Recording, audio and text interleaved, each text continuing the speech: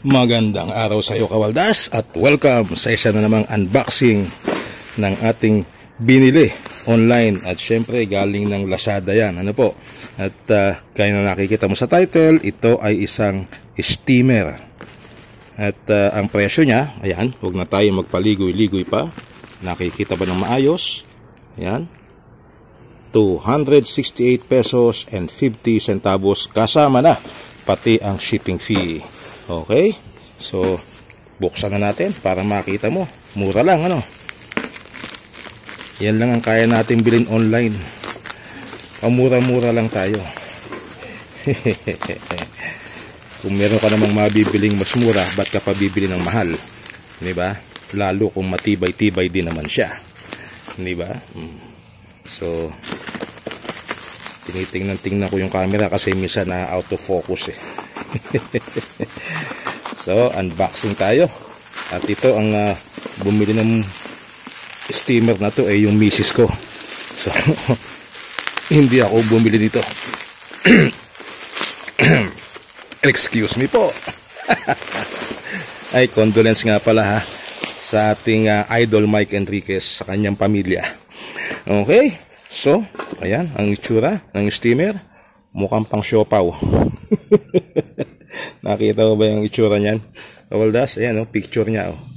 HWT at made in China. Of course, 28 cm yung kanyang diameter. Okay, 3-layer steamer ang nakalagay, no? Wala nang iba nakalagay. Yun lang, yung measurement na lang niya.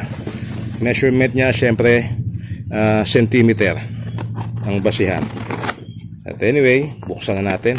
So, ang steamer, karaniwan yan, aluminum eh. Ito, stainless yata. Buksan natin ganyan. Yan. Yan. So, kung balak mo bumili halimbawa ng steamer, ano, eh, magtingin-tingin ka muna ng mga review. Kagaya nitong ginagawa ko ngayon na nag-unbox at magbibigay ng konting review dito sa steamer na aming nabili. So ayan, yung steamer, 3-layer daw ito. Nagalawang camera. Excuse me po. 3-layer, ito yung takip niya. Ayan ang takip niya. So stainless nga ito, hindi siya aluminum. Okay, ayan. Ano ba ang forma niya? Ganyan. Meron ka doon, pero dito sa ilalim dapat ang tubig niyan eh, di ba? Yan, meron kang ganyan. Tapos meron kang ganito, di ba? At tapos ito, saan ito? Doble siya. Pwedeng ito sa isa sa ilalim. Sa ilalim yung isa. I-forma lang natin, ha? Yung isa nito dapat magkasya sa ilalim. Yung medyo maliit-liit. Kasi 3 layers daw ang sabi eh. Yun, yan na nga. Ito na yun. So meron divider. Ito yung pinaka-divider niya. At hindi basta-basta ayun pumapasok. Ayan, oh. Yan. First layer. Second layer ito. Okay. Ito naman yung kanyang third layer. At ganyan na siya. Yan. Okay, kompleto na. Tatlo na siya. Kabit natin ganito, ano. Kala ko na denggoy pa tayo eh. Ganun pala yun. Sorry po. Tangerine lang eh. So ito, madali lang ikabit yan. Ganyan lang yan, oh. Yan.